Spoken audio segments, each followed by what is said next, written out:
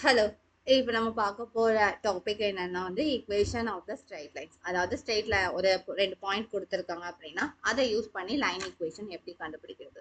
இல்ல 2 பாயிண்ட் கொடுத்துருக்காங்க, அதனுடைய பெர்பெண்டிகுலர் லைன் கண்டுபிடிக்க சொல்லியிருக்காங்க அப்படின்னா எப்படி கண்டுபிடிக்கிறது. ஸோ அந்த மாதிரி ஒரு 2 ப்ராப்ளம்ஸ் இந்த வீடியோல பார்க்கலாம். ஓகே. First question என்ன? Find the equation of the line passing through the points -1, 1 and 2, -4. 2 points கொடுத்துருக்காங்க. 2 பாயிண்ட்ஸ் கொடுத்தா நமக்கு ஸ்லோப் ஃபார்முலா என்னன்னு தெரியுமா அப்படின்னு பார்த்தா எஸ் தெரியும். என்ன ஃபார்முலா? முதல்ல ஸ்ட்ரெயிட் லைன் ஃபார்முலா நார்மலா mx பிளஸ் சி. எம்ங்கிறது ஸ்லோப், சிங்கிறது y இன்டர்செப்ட் அப்படின்னு சொல்லுவோம். இப்போ ஸ்லோப்போட ஃபார்முலா என்னன்னு பார்த்தோம்னா y2 minus y1 divided by x2 minus x1. ஓகேவா? ஸோ இதை யூஸ் பண்ணி ஸ்லோப் கண்டுபிடிக்கலாமா? y2 என்னது -4, y1 1, x2 2, y1 x1 -1. So -5 in the numerator, denominator 2 plus 1 is 3. -5/3 is the slope. So அதை கொண்டு இங்க சப்ஸ்டியூட் பண்ணிக்கிறோம். இப்போ c எப்படி கண்டுபிடிக்கிறது? இந்த line passing through these 2 points. இப்போ x to y க்கு பதிலா ஏதோ ஒரு பாயிண்ட் சப்ஸ்டியூட் பண்ணிக்கலாம். இப்போ -1, 1 இதெல்லாம் x1, y1. So x1, y1 substitute பண்ணிக்கிறோம். -1 sorry yக்கு +1 -5/3, xக்கு 1 sorry xக்கு -1 plus c. So 1 is equal to 5/3 plus c. So c is equal to 1 minus 5/3. So இதை பண்ணோம்னா -2/3 is equal to c. So இப்போ நமக்கு என்னென்ன தெரியுது? m is equal to -5/3 and c is equal to -2/3. இதை நம்ம substitute பண்ணலாம். அங்க -5/3x -2/3. 3 நம்ம மல்டிபிள் பண்ணோம்னா 3y -5x -2. So இதை ரீஅரேஞ்ச் பண்ணோம்னா 5x plus 3y plus 2 equal to 0. This is a required equation of the straight line passing through the point -1, 1 and 2, -4. Okay. Shall we go to next problem? Yeah. Find the equation of the line passing through the point -3, 5 and perpendicular to the line through the points 2, 5 and -3, 6. இங்க என்ன பண்ணணும்? முதல் slope கண்டுபிடிக்கும். First step y2 minus 1, 1, x2 minus x1. So எந்த 2 பாயிண்ட்டுக்கு கண்டுபிடிக்கிறோம்னா இந்த பாயிண்ட்டுக்கு. Because இந்த பாயிண்டோட லைன் தான் ஃபர்ஸ்ட் நம்ம போகணும். இந்த லைனுக்கு பெர்பெண்டிகுலரா இருக்கிற லைன் தான் நம்ம கண்டுபிடிக்கணும். ஸோ நம்மளோட பேசிக் லைன் என்ன?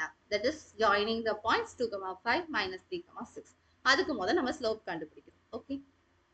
So 6 minus 5 divided by -3 -2. So 1 minus 5. So that is -1/5. இப்ப நமக்கு பெர்பெண்டிகுலரோட கண்டிஷன் என்ன சொல்லிருக்காங்க? m1 times m2 equal to -1. m1ங்கிறது இப்போ போட்டிருக்க slope கண்டுபிடிச்சுக்கோ. m2 equal to -1. So m2 is equal to 5. ஓகேவா? இப்போ நமக்கு என்னென்ன தெரியும்னா பெர்பெண்டிகுலர் லைன் டைரக்டா கண்டுபிடிச்சிட போறோம். m2 equal to 5 passing through the point -3, 5. நமக்கு என்ன ஃபார்முலா தெரியும்?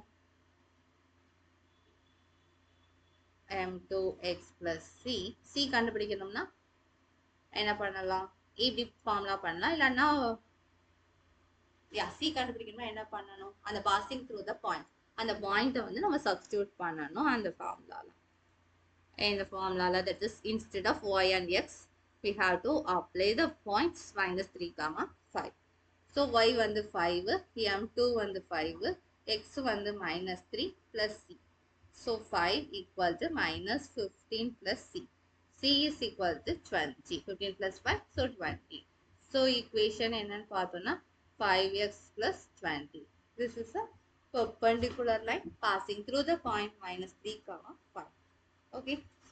ஸோ நம்ம இங்க என்னென்ன பண்ணியிருக்கோம் அப்படின்னா ஃபர்ஸ்ட் 2 பாயிண்ட்ஸ் ஃபார்முலா நம்ம டைரக்டா யூஸ் பண்ணலாம். அதுக்கு பதிலாக நம்ம இங்க என்ன பண்ணிருக்கோம்னா முதல் ஸ்லோப் கண்டுபிடிச்சிருக்கோம். ஸ்லோப் கண்டுபிடிச்சிட்டு எந்த பாயிண்ட் வழியா பாஸ் ஆகுதோ அந்த பாயிண்ட் அதுல சப்ஸ்டியூட் பண்ணி இன்டர்செப்ட் கண்டுபிடிச்சிருக்கோம். அப்புறம் இன்டர்செப்டை ஸ்லோப்பை சப்ஸ்டியூட் பண்ணி ஈக்குவேஷன் ஆஃப் ஸ்ட்ரைட் லைன் கண்டுபிடிக்கிறோம்.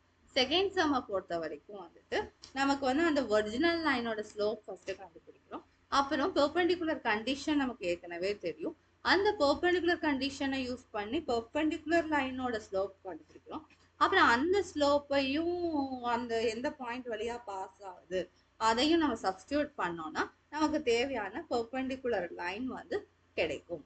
ஓகே, ஸோ இந்த லாஸ்ட் லைனை வந்து இன்னொருக்கு சிம்பிளிஃபை பண்ணலாம். எப்படின்னா தட் இஸ் ரீஅரேஞ்ச் பண்ணி எழுதலாம்.